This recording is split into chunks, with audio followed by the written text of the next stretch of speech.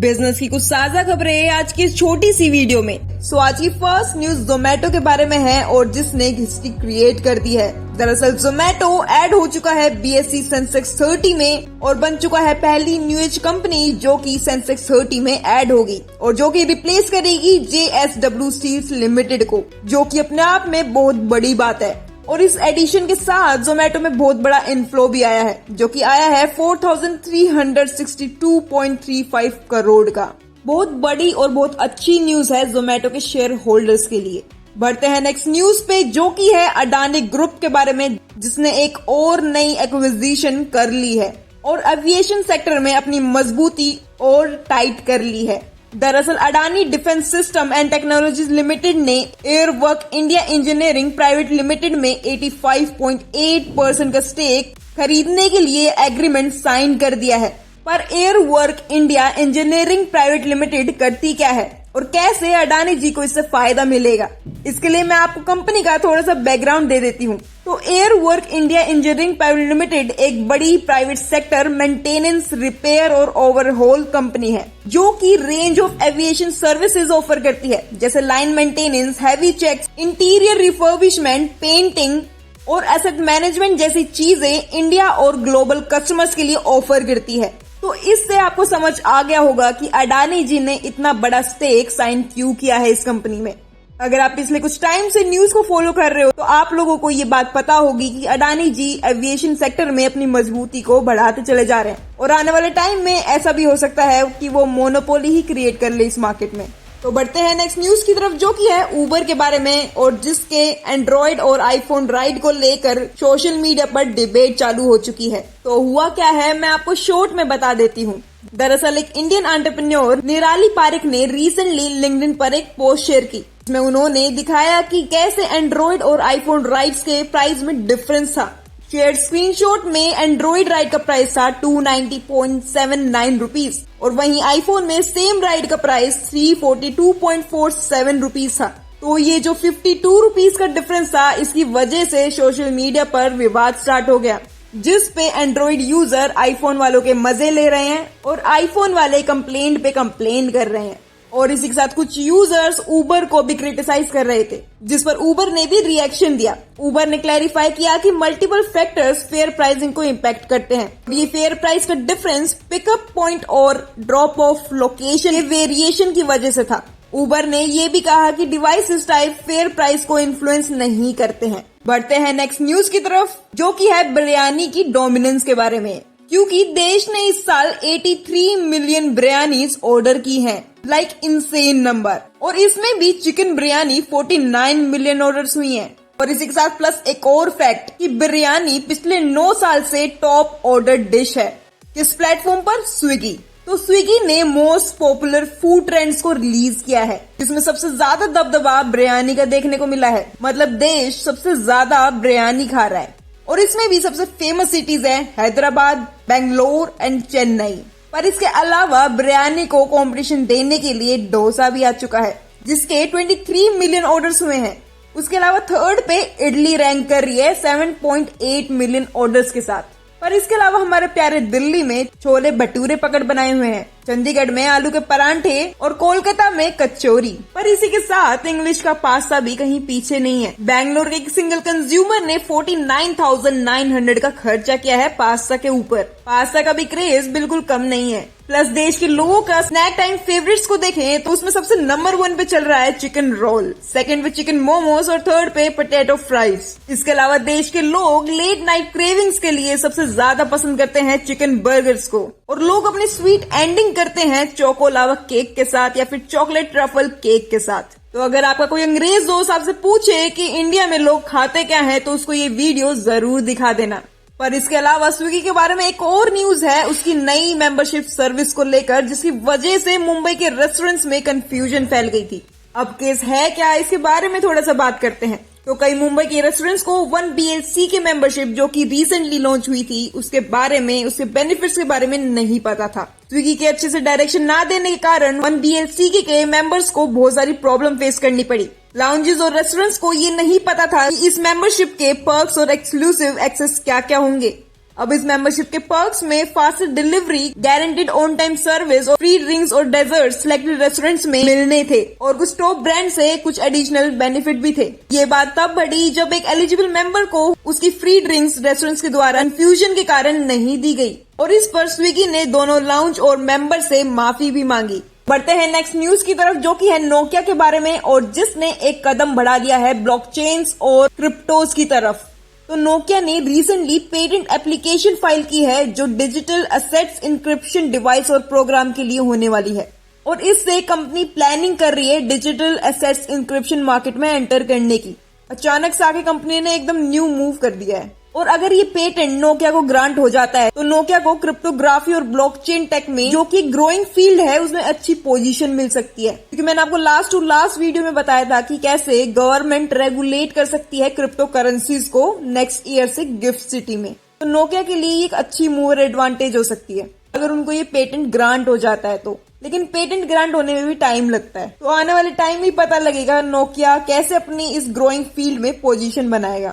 तो बढ़ते हैं नेक्स्ट न्यूज की तरफ, जो कि है बायजूस के बारे में और जिस पर इन्वेस्टिगेशन कंटिन्यू होने वाली है आईसीएआई की तरफ से। जिसको ये नहीं पता कि आईसीएआई है क्या, तो मैं उन्हें बता दूं कि आईसीएआई यानी कि institute of chartered accountants of India वो बॉडी है जो सीएस को रेगुलेट करती है और आईसीएआई अब बायजूस पर अपनी इन्वेस्टिगेशन कंटिन्यू करने वाली है। और ये इन्वेस्टिगेशन है किस चीज पे, तो वो है 2021-22 के बायजूस के फाइनेंशियल्स के ऊपर, जिसमें कुछ इम्प्रॉपर चीजें फाइल की गई थी।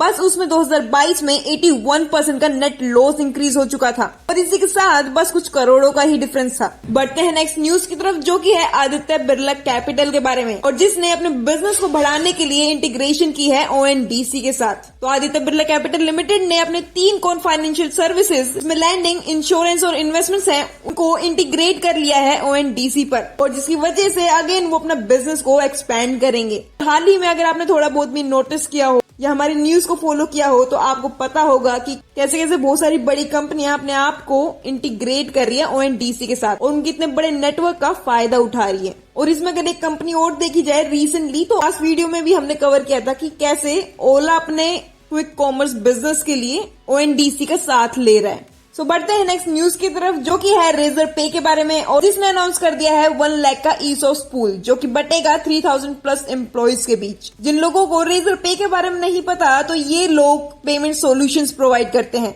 और जो प्लान कर रहे हैं 2026 में आईपीओ का। बढ़ते हैं नेक्स्ट न्यूज की तरफ, जो कि है किराना स्टोर्स के बारे में, जिसपे FRAI और CAIT ने किराना स्टोर्स के लिए सपोर्ट की मांग की है गवर्नमेंट से।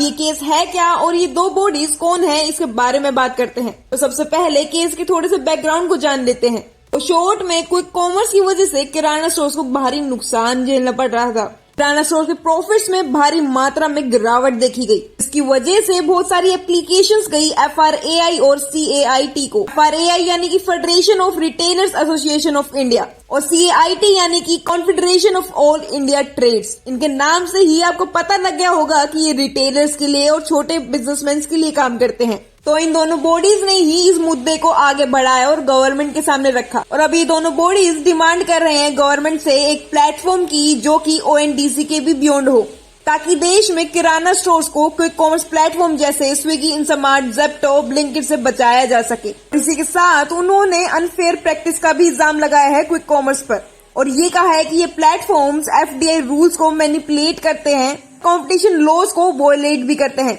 मेरे हिसाब से भी ये मूव बिल्कुल सही है, क्योंकि किराना स्टोर्स हमारे देश का रिटेल बैकबोन है और अगर ये ही नहीं रहेंगे तो क्विक कॉमर्स प्लेटफॉर्म्स अपनी मनचाहा फीस चार्ज करने लगेंगे। Extra platform fee, extra delivery charges और टैक्सेस और प्लस इसके अलावा और चार्जेस जो वो आने वाले टाइम में लगाने वाले हैं। बढ़ते हैं नेक्स्ट न्यूज की तरफ, जो कि है ओला के बारे में और जो कि अपना नेटवर्क एक्सपेंड कर रहा है नए लॉन्च S1 Pro सोना के साथ। तो जिन लोगों को ओला के S1 Pro सोना के बारे में नहीं पता, तो मैं उन्हें बता दूं, ये एक लिमिटेड एडिशन इलेक्ट्रिक स्कूटर है जिसमें 24 कैरेट गोल्ड प्लेटेड एलिमेंट है। ओला अपने स्कूटर्स के लिए अपने स्टोर्स को एक्सपेंड कर रहा है, जिसमें अभी तक 3200 नए आउटलेट्स खोले जा चुके हैं। टोटल नेटवर्क अब 4000 प्लस स्टोर्स तक पहुंच गया है और आने वाले टाइम में वो Tier 2 और Tier 3 सिटीज को भी टारगेट कर रहे हैं। इस न्यूज फार्म इजी के बारे में है, जो कि online pharmacy and health care startup है। जो कि शार्क टैंक में भी फीचर हुआ था। तो इस स्टार्टअप की वैल्यूएशन 92% से गिर गई है।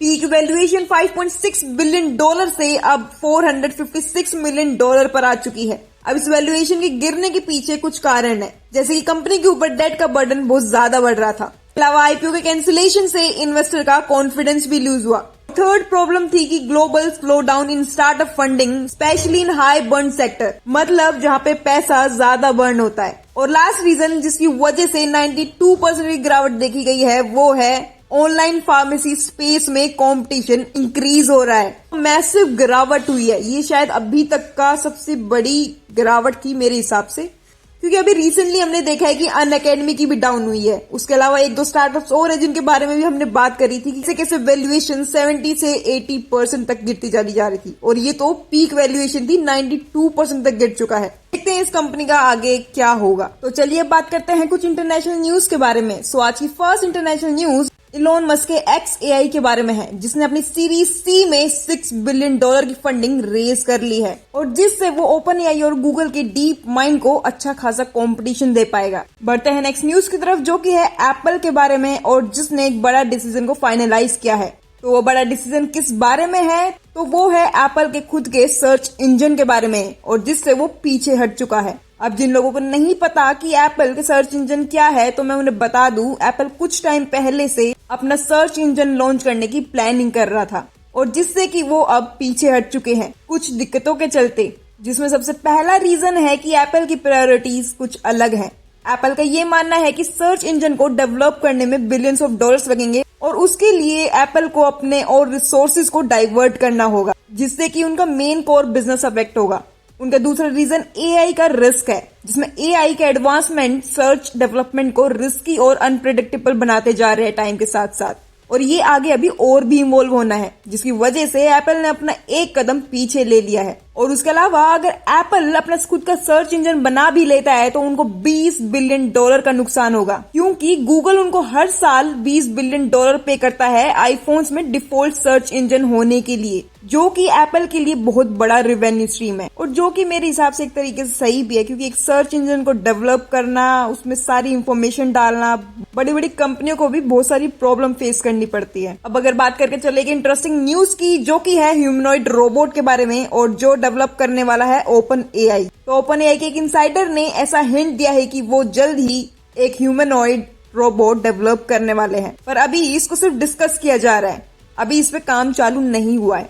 तो ये बहुत ज्यादा इंटरेस्टिंग होगा देखना कि OpenAI कैसा ह्यूमनॉइड रोबोट बनाता है। बढ़ते हैं नेक्स्ट न्यूज की तरफ, जो कि है यूरोप के AI स्टार्टअप्स के बारे में, और जो कि अट्रैक्ट कर रहे हैं बहुत बड़ी फंडिंग। लगभग 25% ऑफ VC फंडिंग यूरोप के AI स्टार्टअप्स में जा रही है इस वक्त। VCs इस वक्त सबसे ज्यादा अपॉर्चुनिटी देख रहे हैं यूरोप के मार्केट में। बढ़ते हैं नेक्स्ट न्यूज की तरफ, जो कि है क्रिप्टो इंडस्ट्री के बारे में, और जिसपे क्रिप्टो इंडस्ट्री के एडवोकेट्स उम्मीद कर रहे हैं ट्रम्प एडमिनिस्ट्रेशन से कि वो आने के बाद क्रिप्टोज के लिए फेवरेबल पॉलिसीज लेके आएंगे, और जिसके की होने के पूरे चांसेस है, क्योंकि मैंने आपको कुछ न्यूज में बताया है कि कैसे ट्रम्प की कंपनी ने ही फील्ड में एक तरीके से एंट्री ले ली है। तो इसका साफ साफ से ये मतलब है कि ट्रम्प क्रिप्टोज के लिए बहुत ज्यादा पॉजिटिव होने वाले हैं, और आई थिंक इंडिया भी इसीलिए इसको रेगुलेट करने की सोच रहा है नेक्स्ट ईयर, यानी कि इसी साल अब आने वाला है ये गिफ्ट सिटी में। तो देखते हैं इस इंडस्ट्री का क्या होगा। अगर ये इंडिया में रेगुलेट हो जाती है तो ये बहुत ज्यादा इन्वेस्टमेंट्स को अट्रैक्ट करेगा, क्योंकि इंडियंस जब इसमें जाएंगे तो बहुत बड़ा इन्फ्लो जा सकता है। देखते हैं इंडिया क्रिप्टोज को कैसे देखता है आने वाले टाइम में। मुझे लगता है कि इंडिया पॉजिटिव तरीके से देखता है क्रिप्टोज को। सो नेक्स्ट न्यूज X के बारे में है, जिसने प्रीमियम प्लस सब्सक्रिप्शन प्राइस को बढ़ा दिया है सभी यूजर्स के लिए। सो X ने प्रीमियम प्लस सब्सक्रिप्शन के प्राइस बढ़ा दिए हैं, जो कि इफेक्टिव हुआ है 21 दिसंबर से, और जिसमें US सब्सक्राइबर्स के लिए मंथली प्राइस $16 से बढ़ाकर $22 कर दिया है। इसके अलावा यूरोप के लिए, जिसमें कि उनकी सारी कंट्रीज आ जाती है, तो उनके लिए 16 से बढ़ाकर €21 कर दिया गया है। कनाडा के लिए 20 से बढ़ाकर 26 कर दिया गया है। ऑस्ट्रेलिया के लिए आप 26 से 35 कर दिया गया है। यूके के लिए 16 से 17, और इंडिया पे अभी तक कोई भी बढ़ोतरी नहीं हुई है। और आज की सबसे बड़ी न्यूज, इलॉन मस्क ने प्री स्कूल ओपन कर दिया है टेक्सास में। इसकी न्यूज आप पॉज कर पढ़ सकते हो, और इस न्यूज को आप आज की इस वीडियो की सबसे बड़ी न्यूज कंसीडर कर सकते हो। धन्यवाद। बिल्कुल भी नहीं, पहले FNI के क्वेश्चंस को अटेंड करके जाओ।